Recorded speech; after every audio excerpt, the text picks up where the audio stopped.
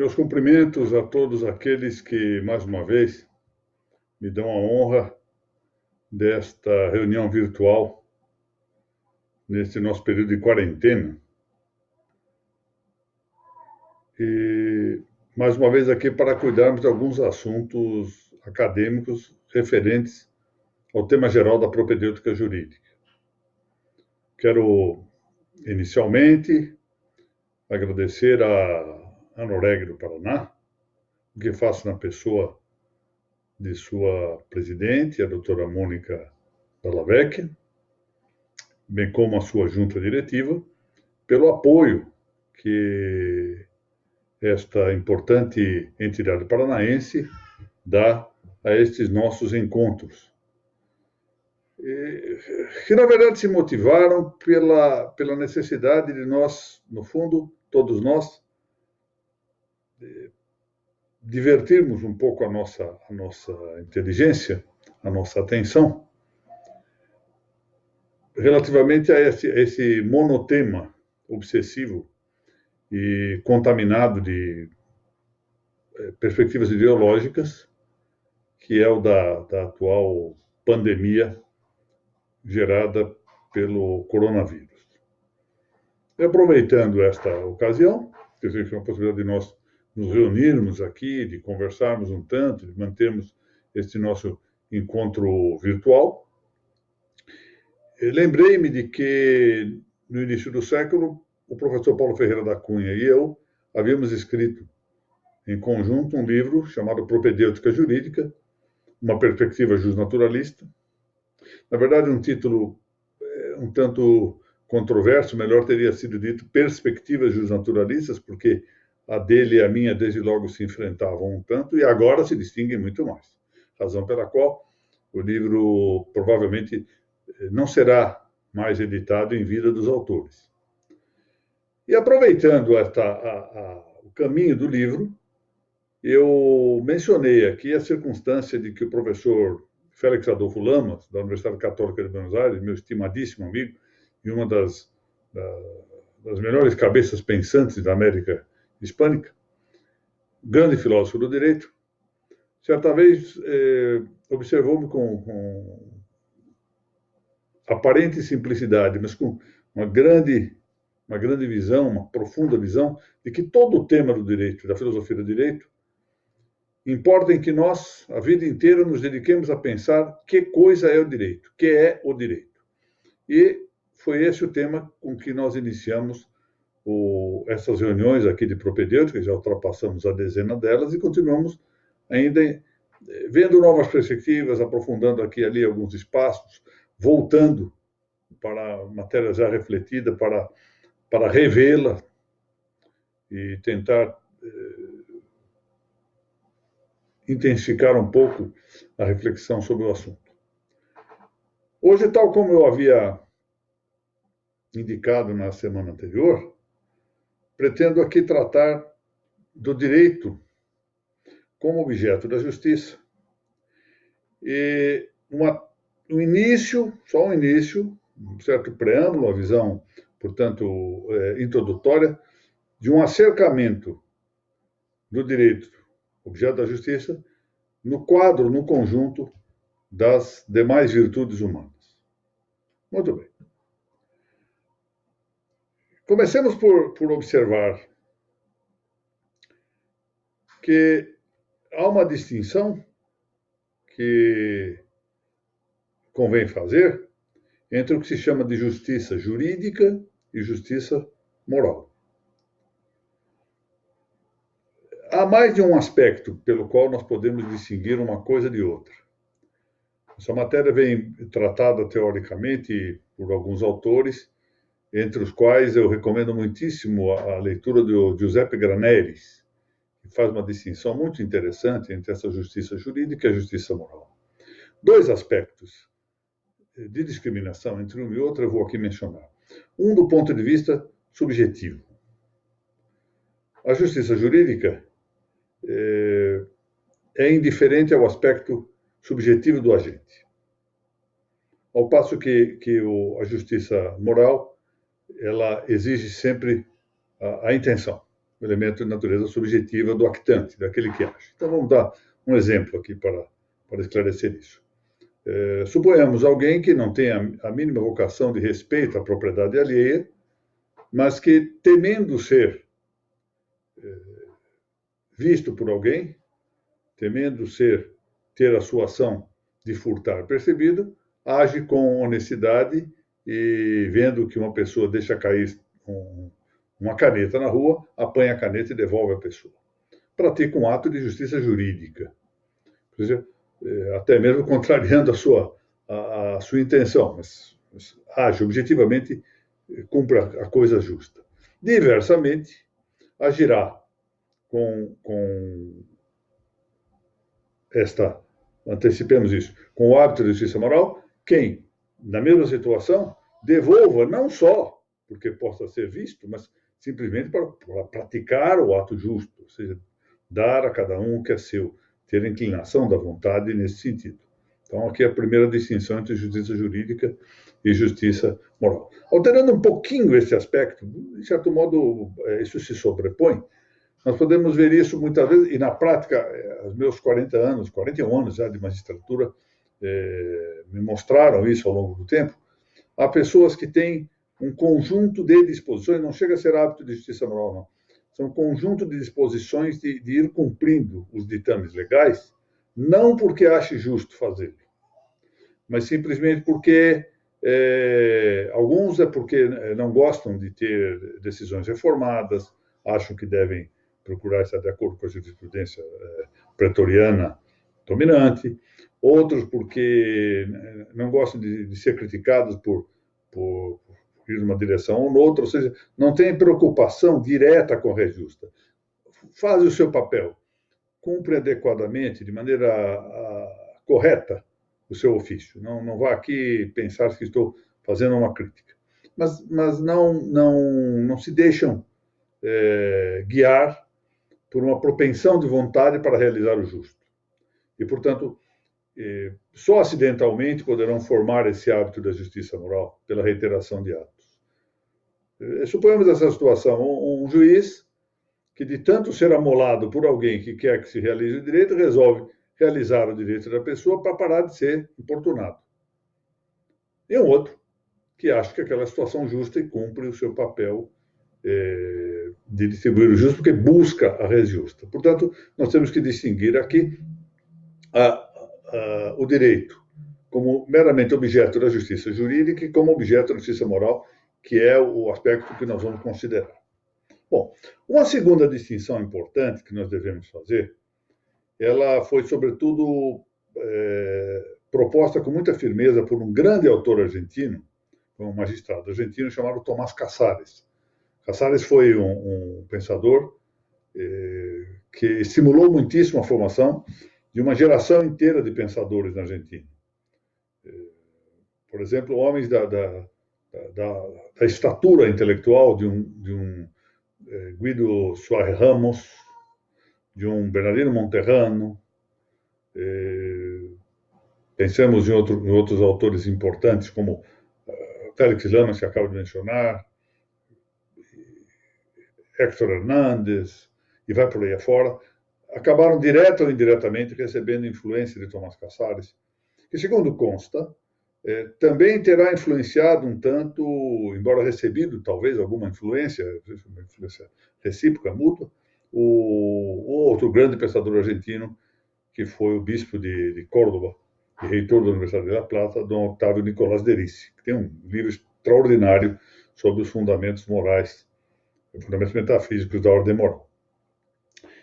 Casares, num dos seus livros, é esse que eu tenho aqui, La Justicia y el Derecho, que foi publicado. Eu tenho aqui a terceira edição da Abelé do Perrot, de Buenos Aires, que é uma edição que acho que não há o ano, deixa eu ver. Há o ano, eu que não enxergo. De 1974. Casares faz uma observação muito interessante, que nós temos que entender com certo grano salis, ou seja, com uma prudência para distinguir isto. Dizer o seguinte, que num sentido próprio, ou seja, falar estritamente que o direito tem por finalidade a justiça é errado. Isso não está correto. Porque o direito é objeto da justiça. Há uma virtude moral, essa virtude moral tem por objeto, a virtude moral que é a justiça tem por objeto o direito. Portanto, não tem sentido imaginar nessa perspectiva que o objeto de uma virtude possa ter por finalidade dele, objeto, a própria virtude. E chega Casares a comparar essa situação com a situação do relacionamento entre medicina e saúde. É verdade, dizer, a medicina tem por objeto a saúde, mas ninguém dirá que a saúde tem por finalidade a medicina. Ele propõe essa argumentação analógica. Em sentido próprio, me parece bem isto. A finalidade do direito não é, nesse sentido, a justiça. Veremos adiante a sugestão de Casares, que me parece correta acerca disso. Mas São Tomás, numa passagem do Tratado das Virtudes, lá da Suma Teológica, diz que, num certo sentido, ou seja, secundum quid, sob certo aspecto, pode dizer-se que o objeto da justiça, ou seja, o direito, tenha por finalidade o cumprimento da justiça.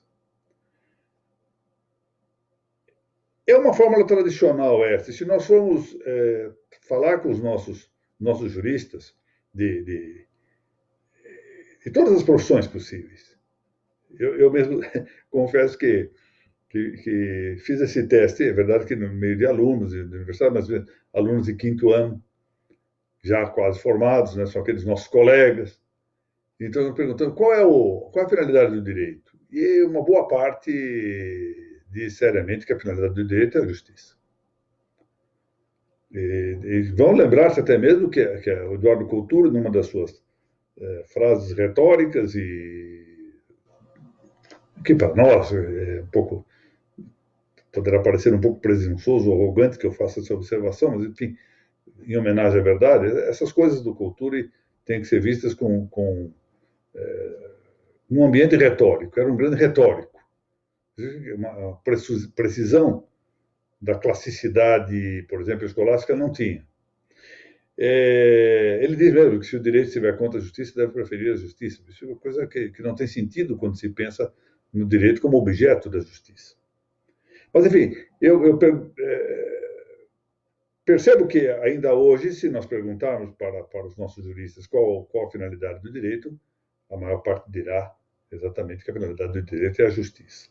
De todo modo, classicamente, em sentido mais próprio, o direito é objeto da justiça, ou seja, aquilo que está posto no centro da atenção, à frente, como todo objeto, da virtude moral da justiça.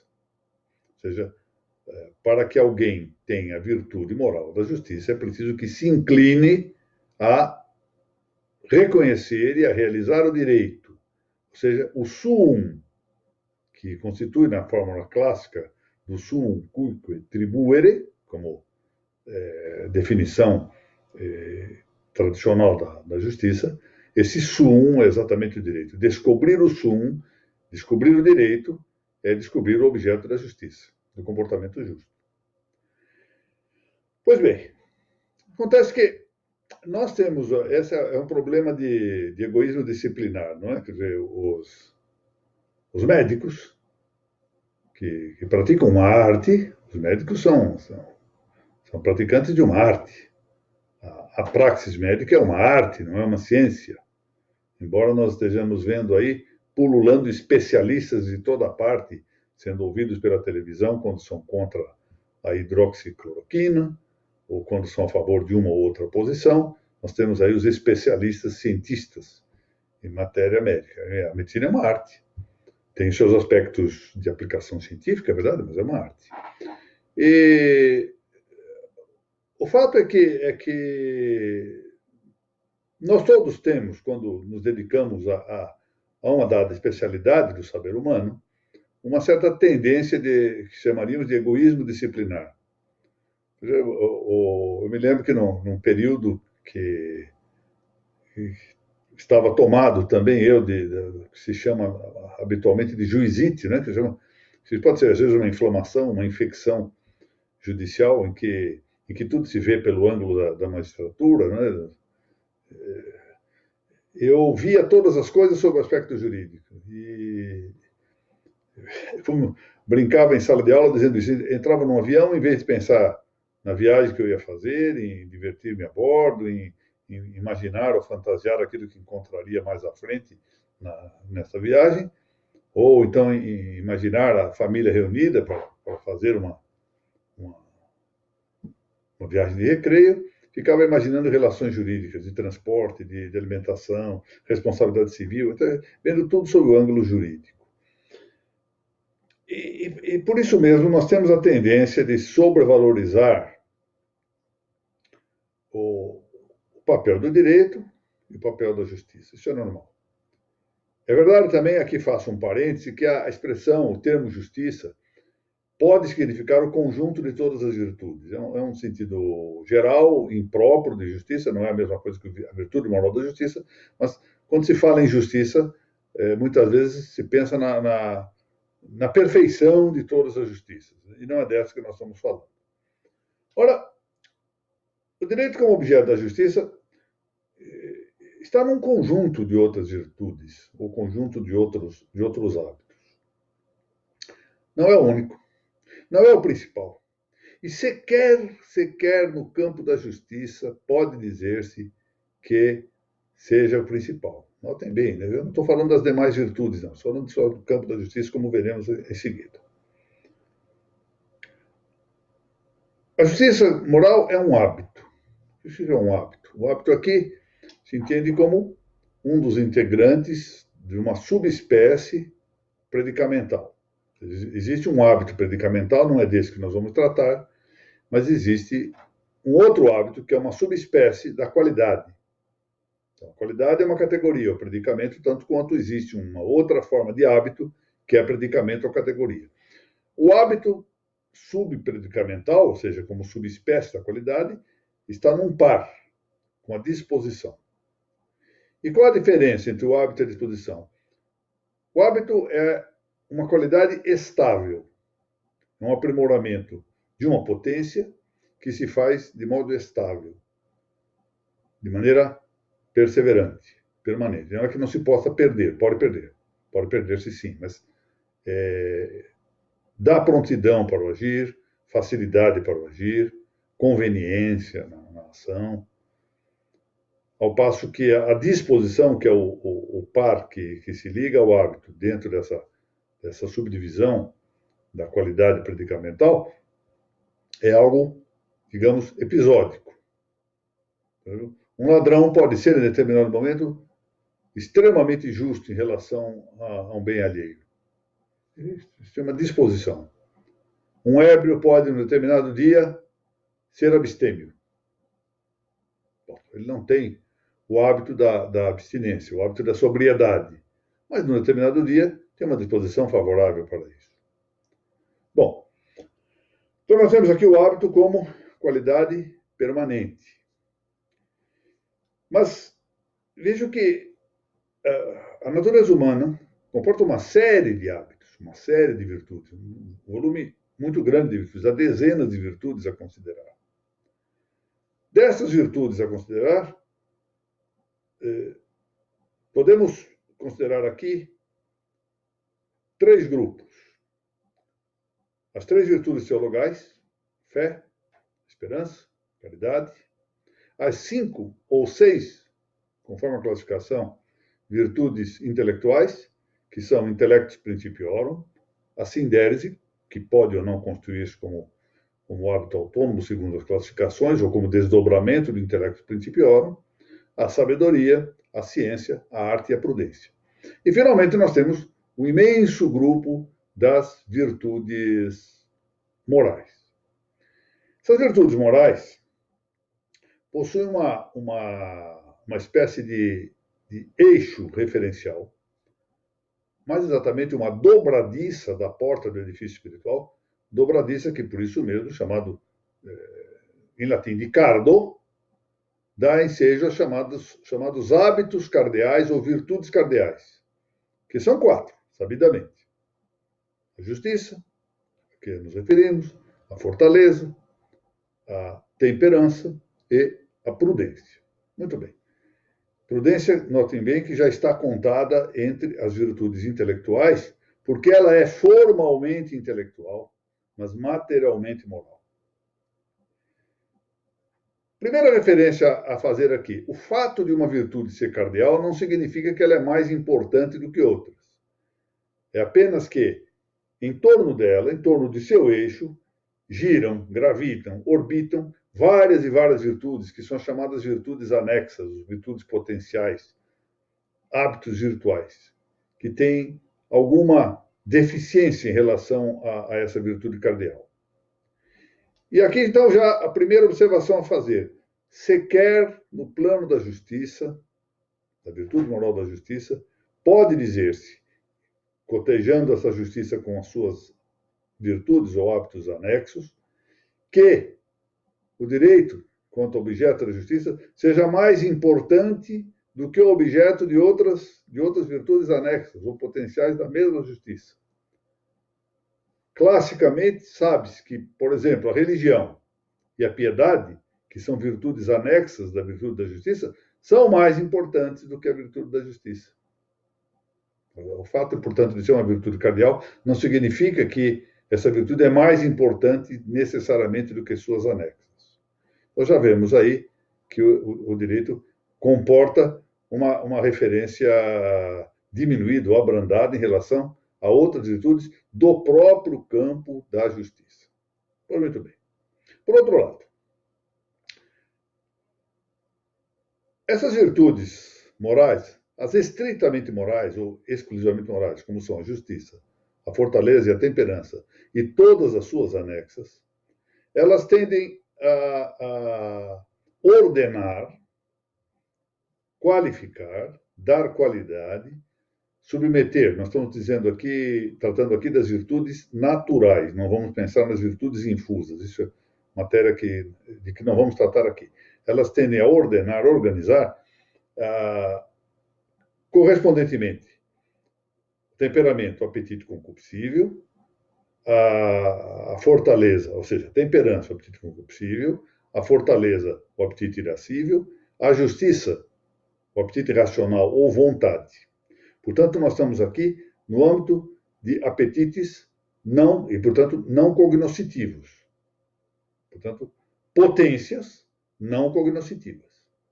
Evidentemente, sendo o homem animal racional, é certo que esta racionalidade impõe um dado de maior dignidade à inteligência, embora a inteligência sempre seja movida pela vontade para suas primeiras operações, para sua primeira operação, um dado superior à inteligência. Daí que já consideremos que a prudência, que é materialmente moral, embora formalmente intelectual, seja uma virtude mais importante do que todas as virtudes morais, incluindo a justiça. Tanto é que, classicamente, dizemos da prudência que é a rainha das virtudes, é aquela que conduz as demais virtudes. E, verdadeiramente, não se chegará a sequer conhecer qual o direito sem que haja prudência, sem que haja o discurso prudencial. Pode ocorrer por meio de disposição? Pode ocorrer por meio de disposição. Mas o melhor é que ocorra por meio de hábito.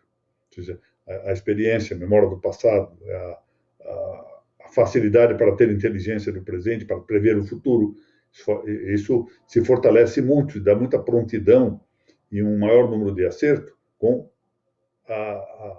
o hábito da prudência.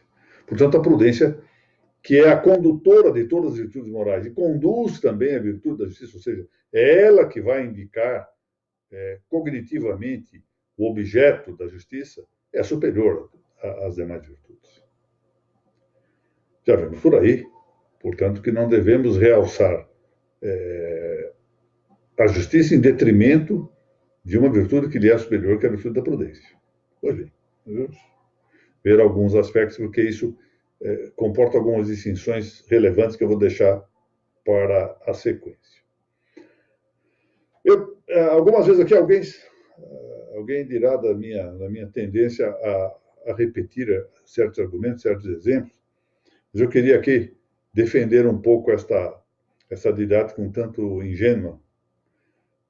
Certa vez eu estava em um encontro na Espanha, em Córdoba, na Espanha, em que tive a grande ocasião de almoçar com o professor François Valençon.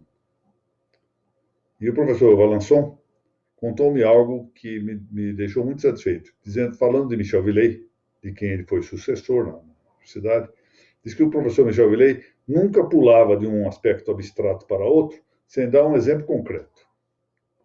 E eu acabei me acostumando a isso, dada as minhas próprias dificuldades de compreensão, e, sobretudo, pelo aspecto didático, para facilitar a pedagogia, a centrar-me em determinados exemplos.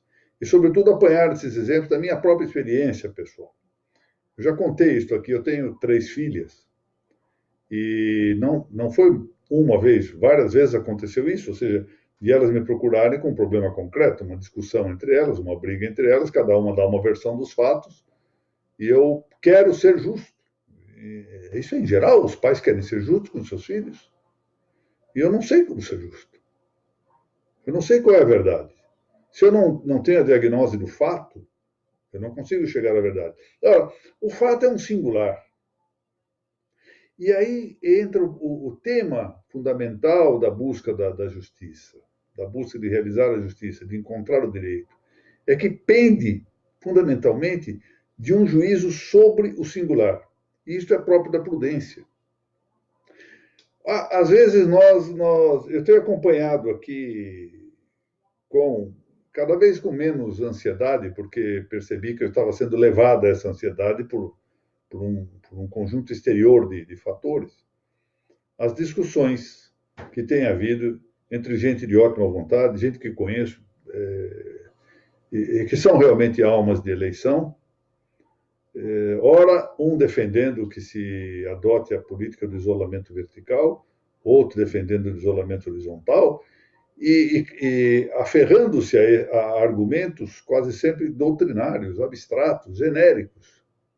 Quando, na verdade, eu digo com franqueza, eu tenho uma opinião a respeito desse assunto, mas é matéria dóxica. A complexidade de circunstâncias, de fatos singulares que envolve todo esse problema aí, que está a afrontar toda a população brasileira, a população mundial, é tamanha. Se a complexidade é tamanha de dados, que é pouco provável que haja uma resposta clara, a não ser que haja uma iluminação de Deus para se encontrar essa solução. E o pior é que isso se trata como se fosse um aspecto doutrinário, né? Quer dizer, uns dizendo que como os marxistas e marcusianos e outros adotam o isolamento vertical, todos aqueles que adotam o isolamento horizontal, todos os que adotam o isolamento horizontal padecem dos vícios, etc., desses marxistas. Outros dizendo, não, nós somos favoráveis ao isolamento horizontal. São o isolamento vertical. O isolamento vertical é pregado pelos liberais, etc., então são liberais. Como se a questão fosse doutrinária e não fosse singular, e não fosse prudencial. E se não fosse dependente de uma previsão de futuro, de uma prognose que nós não sabemos ao certo fazer. Então, por aí vai, ou seja, acusações como se fosse matéria dogmática de questões dóxicas, porque não se está considerando muito a cautela com que nós devemos ter o juízo, a formação dos discursos e dos juízos conclusivos da prudência. Prosseguindo, voltando ao nosso tema, se já no plano das virtudes morais, eu já disse, até mesmo no plano da própria virtude da justiça e suas anexas, o direito não é a coisa mais importante no conjunto das virtudes humanas, imaginemos o que isso não representa no plano das virtudes teologais. Eu nem pretendo considerar esse fato porque é de uma obviedade que dispensa maiores explicações.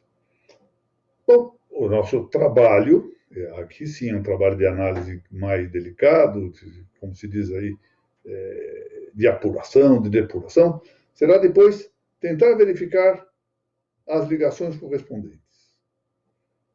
Por exemplo, do direito, enquanto objeto da justiça, com os outros objetos das anexas da mesma justiça, depois com o objeto da fortaleza e das demais virtudes anexas da fortaleza, da temperança e assim por diante, para tentarmos exatamente ir encontrando o relacionamento do direito com o objeto das demais virtudes. Porque há um princípio e uma fundamental em tudo isto. Claro, o direito existe para que nós sejamos felizes, mas o direito é algo que diz respeito à nossa vida em sociedade, à nossa vida política. E nós temos ainda um mundo de virtudes a praticar se nós queremos elevar a nossa natureza. Ainda que tratemos aqui num plano meramente natural, como estamos tratando, ou seja, para sermos homens naturalmente bons para a vida política, não basta que queiramos ser os cumpridores da justiça ou só da virtude da justiça. Até porque não conseguiremos ao longo do tempo.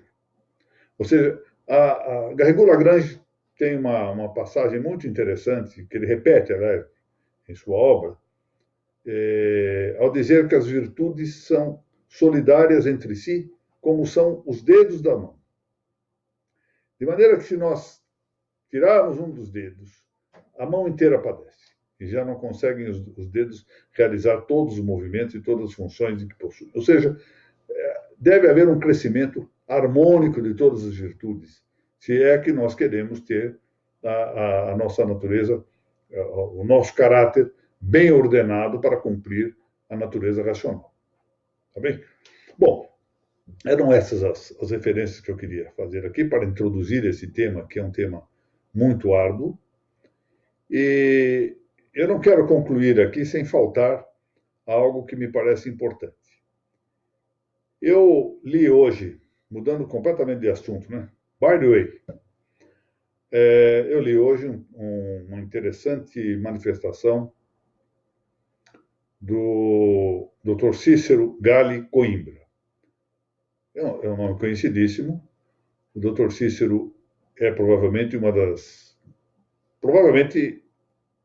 5 maiores autoridades mundiais, se não até menor número de gente possa ser contado nesse número, sobre o tema da vitamina D. E é o grande idealizador do chamado Protocolo Coimbra. Ele faz uma observação preciosa, eu transmito-a tal como eu recebi dele, porque eu próprio admiro muito a sua obra. Não tenho formação científica para avaliá-la, mas acompanho de longa data os trabalhos do Dr. Cícero Coimbra e tenho visto alguns resultados. E ele observa que a ingestão de vitamina D, com uma dose de ataque para suprir a deficiência que nós temos habitualmente em nosso organismo, poderá ser o grande remédio preventivo para essa infecção que está aí. Ele observa mesmo que essa dose de ataque, de 600 mil unidades internacionais de vitamina D, tal como preconizada por milhares e milhares de artigos estrangeiros, sai por volta de $5 por pessoa. Ou seja, um valor realmente pequeno até mesmo para a política pública. E sugere que isso seja adotado tanto para os profissionais de saúde, que estão à frente, portanto, de toda essa... estão na trincheira da batalha hoje contra a endemia, bem como para aqueles, tal como eu, possuem inclusão no grupo de risco de contrair com maior severidade a Covid-19, e, em geral, depois para todas as pessoas. Porque ele observa que nós não podemos nos dar o luxo de ficarmos, por exemplo, no sol. de cerca de 10 a 15 minutos por dia, se somos jovens, não é o meu caso, para receber na boa parte do corpo, com os raios solares, a reposição da vitamina D, o que nos levaria, dada a nossa deficiência de imunidade natural, a ter de tomar sol durante um mês e pouco, para podermos alimentar, nutrir o nosso organismo do volume necessário de vitamina D para restaurarmos a nossa imunidade natural. Então é preciso uma dose de ataque para depois podermos manter essa imunidade. Infelizmente, nós, não vem ao caso aqui mencionar, mas quem quiser ver lá nos trabalhos do doutor e as entrevistas magníficas que ele tem dado, no YouTube há várias dessas entrevistas, as referências que ele faz dos motivos que estão impedindo esse reconhecimento do valor da vitamina D em todo o mundo. Mas o fato é que os nossos níveis de vitamina D são mantidos quase sempre abaixo do nível 40, qualquer que seja o índice de medição, que não vem ao caso de indicar, quando o ideal será manter por volta de 70 a 80, para nós termos a imunidade total, natural. O que nós temos, na verdade, no nosso organismo hoje, recomendado, é apenas para que não soframos de raquitismo, mas não nos dá a imunidade necessária para enfrentar, como ele diz assim, com o primeiro pelotão que chega à frente dos ataques virais e bacterianos em nosso organismo, que é o primeiro pelotão de choque, por assim dizer, que dá tempo de o organismo preparar a defesa melhor, que se fará com a criação de anticorpos. Nós não estamos permitindo que isso se faça, porque o nosso nível de vitamina D é muito baixo. De modo que hoje estou falando isso porque ele faz na manifestação de ontem, o doutor Coimbra, uma observação que me calou fundo, no sentido de que não é favor nenhum que a gente faça publicidade disso. Se nós fazemos como algo digno da justiça mesmo. Assim eu cumpro o dever de comunicar a todos, embora, volto a dizer, eu não tenha mínima autoridade nesta matéria para opinar. Mas eu confesso aos senhores que o Dr. Cícero Gali Coimbra demonstra muita autoridade naquilo que diz. Então, fica aqui a indicação para o bem dos nossos alunos, aqui a gente, como o Dr. Leonardo Faccioni, que não pode ser indicado à conta de aluno, né? Um homem que melhor faria se tivesse ele expondo isto aqui. E outros de grande nível que aqui frequentam o nosso grupo, mas para o bem da nossa existência e dos nossos familiares. No momento em que, como Deus extrai dos males algum bem, no momento em que nós estamos recuperando algumas coisas, né? Estamos vendo gente de joelho, embora privado da missa pública, privado dos sacramentos, por motivos que até agora não descobri bem quais sejam, mas gente se pondo de joelho, reencontrando-se com Deus. Estamos redescobrindo o valor da família, a importância que a família tem, da nossa convivência familiar. São aspectos favoráveis. Então, nós que tememos a perda dos nossos entes queridos, talvez aí esteja o caminho da solução. Sugiro a todos, ao menos que deem atenção um pouquinho para ler o que o doutor Cícero Gali Coimbra tem indicado de longa data como um elemento de imunidade, de recuperar a imunidade natural. Aqui mesmo no Facebook há uma ou outra página, uma parece que chama Protocolo Coimbra, e há uma outra também em que essas indicações estão feitas de modo muito consistente, com remessa às fontes, às milhares de publicações que há de cientistas a respeito da importância da vitamina D. Lembremos-nos que a questão de um mês e pouco, uma universidade italiana apontou exatamente esse fato, que os infectados em estado grave na Itália eram aqueles que padeciam de deficiência de vitamina D no organismo. Isso desapareceu também. Aparece isso e depois ninguém mais fala nada. Deus sabe por quê. Deus sabe por quê. E no juízo final nós vamos... Juízo final, como disse meu grande amigo, Padre José Ramon Garcia Gallardo, o juízo final vai ser uma festa.